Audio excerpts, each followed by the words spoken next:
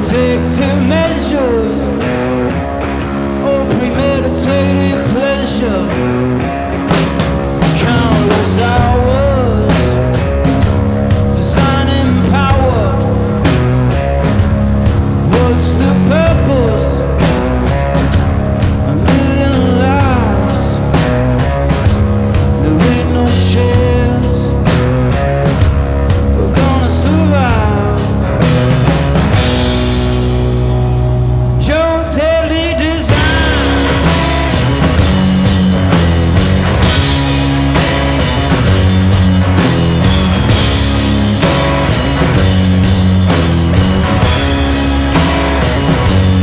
how do you justify your passion? And what's the skill created to kill? Is there a purpose? A million lives, there ain't no chance we're gonna get by.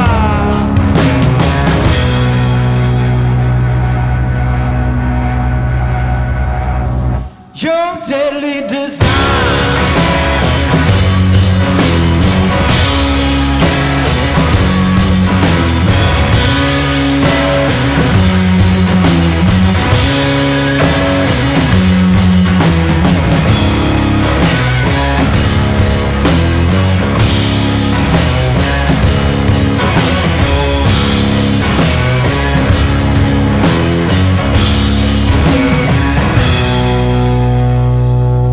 Was it the money? Was it just a job? Was it a challenge? Do you claim fear? There you are, still sitting still, designing just to kill.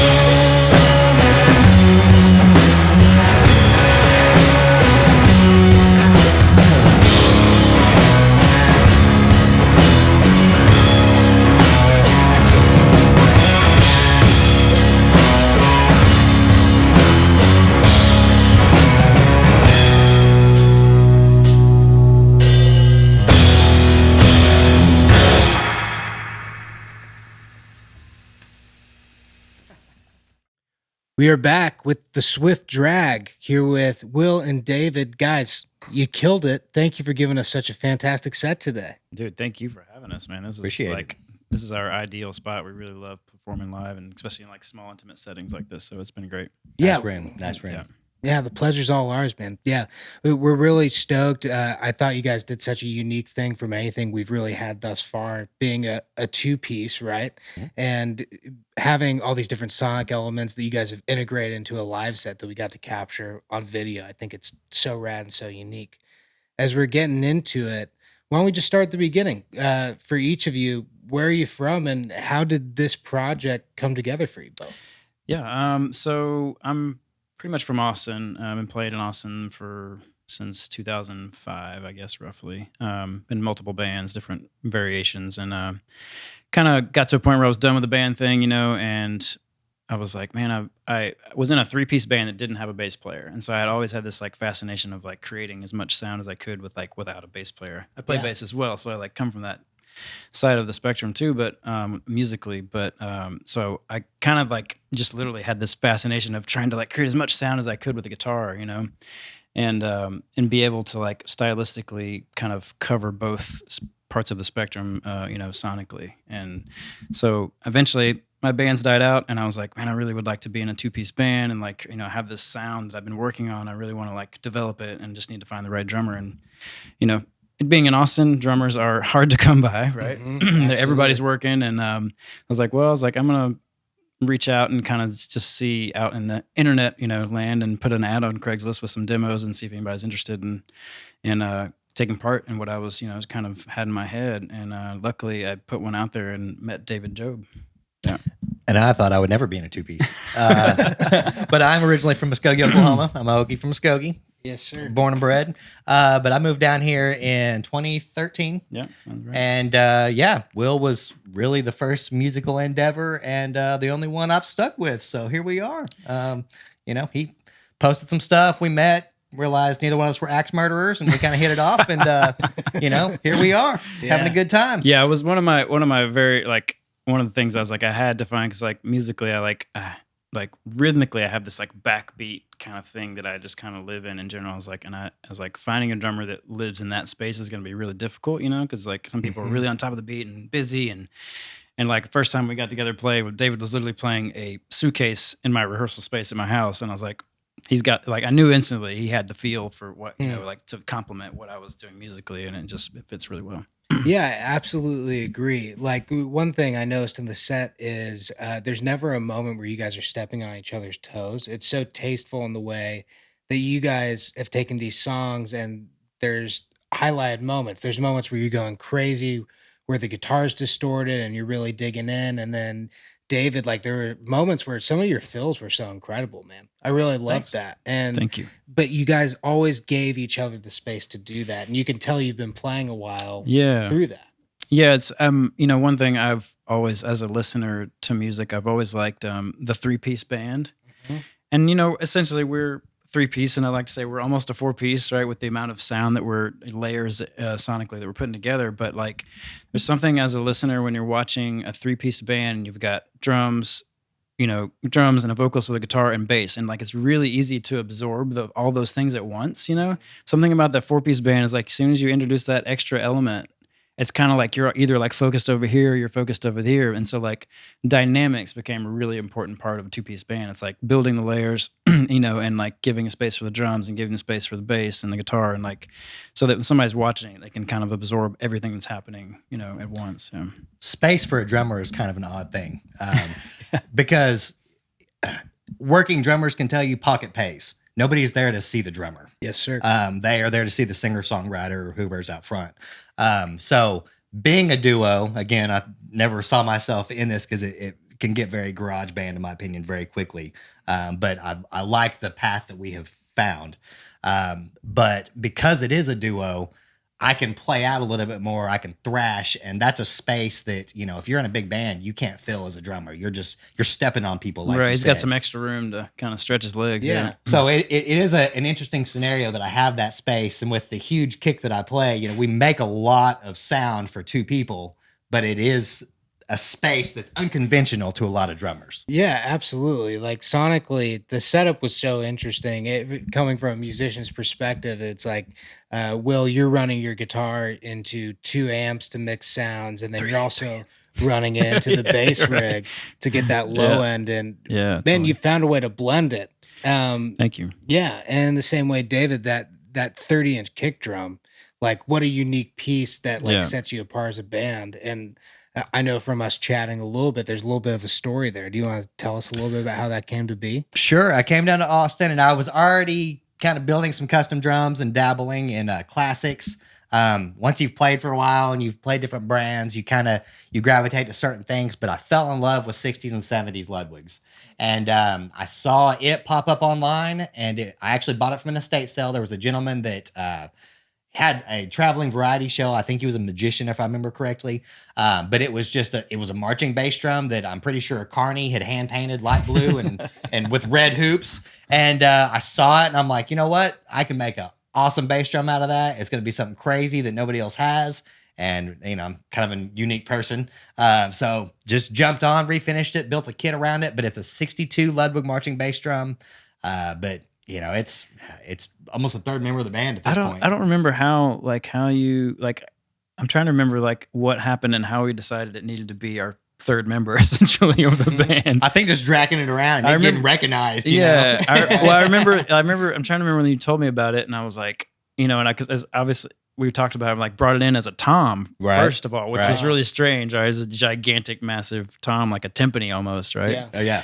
And then somehow we navigated into it being the kick drum. I think it was just because like this would be like a great shock value moment. You know, Right. like, what is that? Like conversation piece, and it is that. You know, so. I'm a Bonham fan, so I love the big drums, the boom sound. I mean, that's definitely in my core. I think I have a lot of people tell me that they can sense that in my playing. Absolutely, yeah. Just because of the backbeat and just the vibe. So I love the big drums, and again, just wanting something that nobody else has, and just grabbing it and running with it.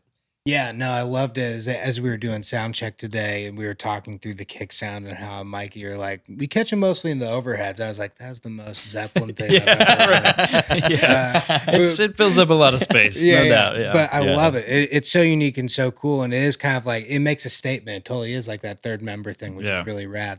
In the last few decades, like looking at rock duos, there's some signature ones, which I'm sure bring comparison to. And I know from reading, your Spotify and everything that you guys recognize that too is not a negative, but an influence for sure, with Sure. like White Stripes and Black Keys. But I loved reading that you're saying, but our real influence is like 60s, 70s psychedelia. Yeah, totally. I mean, I grew up just probably like most kids in Austin listening to a lot of like blues and, being from Austin, you've got this huge blues influence. And, Absolutely. I'm a huge Hendrix fan, obviously.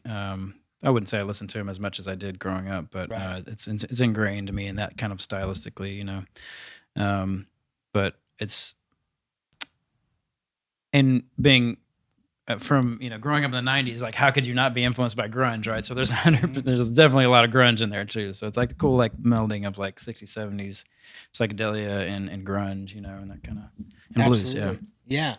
Yeah. And I love hearing the Hendrix. I definitely hear that in the licks and different things. Are there any other like maybe groups that people haven't heard of or like hidden gems that you would point people to when you're thinking about sounds that inspire you guys from that era? Definitely Nickelback and Creed. Yeah. Yeah. Take me higher, baby. Take me. Yeah. higher. Come on. 3 Doors Down. Three Doors Down. Yeah. Yeah. I will still No, call you no, Superman. no, you said- no shade. No shade. Hey, Yeah. everybody's got their place in the music world. So. For sure. Little Hoobastank, maybe. Yeah, maybe. all that Hey. stuff. Yeah. Yeah. I mean, there was a moment I had with the Hoobastank. I'm not gonna Yeah, lie. yeah. No, there we was all there was did. a moment, yeah.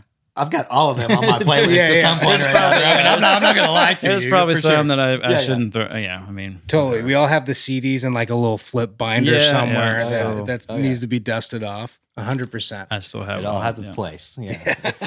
It's a long road, this thing we call life, get to where you're going. I mean, I think diversity is a really big deal, especially for a young musician. That's the best advice I can give anybody is take the opportunities and play as broad of a range of music as you can. Back in my hometown, like I didn't never took lessons until I was an adult, my early 20s, but just one of those things I want to develop some speed. And I'm working on some rock chops. And I go to a mentor of mine. I actually went to high school with this little brother, a dude named Jeff Jones. He's sick. And I'm expecting to go in there and, just do some rock and stuff. And he takes me back into like Latin and jazz. And I will tell you, it broadened my horizons as far as like limb isolation and teaching you, different things. But it drove me into the speed and the stuff that I was looking for, but I just didn't know that's the way that we would find it. So studying all those other things, the blues, there is a fat blues thing. Back in Oklahoma where I'm from, there's a little town called Renniesville, about 30 miles south of me. And it's the Oklahoma Blues Hall of Fame. And every Sunday they do a potluck dinner and an open jam. So you can go down there and just sit in, play some blues with some legit blues guys. The first weekend in October, they may still do it. I don't know. I'd have to look into it. But back when I was there, the first weekend in October, they had the Dust Till Dawn Blues Festival. And so you got traveling blues guys from all over the world coming in and sitting in. And that kind of stuff, for me growing up in Oklahoma, the music scene in Austin was kind of the equivalent to that. When you're going down there and being there for a whole weekend and, when you're working drummer and you got your kit in your truck and you show up down there and there's blues guys that don't have a band and you're just randomly sitting in with these traveling guys that are just phenomenal. The scene in Austin is a lot like that as far as just, jumping in, just the rawness of it. A lot of great music comes from just the spur of the moment. Yeah, absolutely. No, I love you talking about that because I think, when you grow up wanting to be a rock player, right? And you listen to those 60s and 70s artists and you're like, I want to be like them. But it's easy to forget that all of those guys came from listening to music in the 40s and 50s, 100%. going through the blues, going through the swing stuff. Yeah. And I think, just like you said, if you can get to the root of it all, it'll just propel you forward. Yeah. You got to pick up your chops as you go. You never know where they're going to come from, but once you expose yourself to it, now you got it in your arsenal. Yeah, 100%. And I love what you said about how the blues scene where you grew up relates to how you feel in town now in this scene. I feel a very similar way coming from Northern California, where, up in rural California, it's a lot of people listening, well, one, to George Strait, Texas is best, but then a lot of the Bakersfield sound stuff, like constantly Dwight Yoakam, Buck Owens, Merle, all that stuff. So to go and land where I'm at now, it feels just as much like home. Oh, yeah. It's such a cool city in that way, where it's still supporting that raw music. I totally agree with you there. So the last release you guys had was 2022 with Still Sitting Still, the EP, correct? Yeah, that's correct. Yeah. What was the process like in making that for you guys? It was really cool. We actually recorded. We were talking about this a little earlier. We actually recorded that to the tail end of 2019, and we're prepared to release it in 2020. And then, of course, all hell broke loose. We had right before, I believe, Southwest of 2020 was canceled. We had just released a 7-inch vinyl single that's on that EP called The Designer, and then kind of was like, just what do we do? Like, what's the point of releasing any music at this point? And so we kind of wrote it out, and then finally 2022, when everything's were kind of revving up and getting back to normal, we kind of had a release for it finally, and are excited to actually. A couple of the songs we played tonight are probably going to be on an upcoming EP. Awesome. We recorded the Still Sitting Still kind of in a room, I would say roughly about the size of this space here, both kind of in the room, trying to get as much of the live rawness of us as a band as we could, and did very little overdubs, and just captured those 4 songs, and it was a great experience. We worked with a producer named Sebastian Cure, who was an incredible producer, engineer that was living here in Austin at the time, and then I think he lives in Cuba now. He's back in Cuba. I believe so. Yeah. But He yeah, liked to crack the whip. He had a bullwhip in his studio.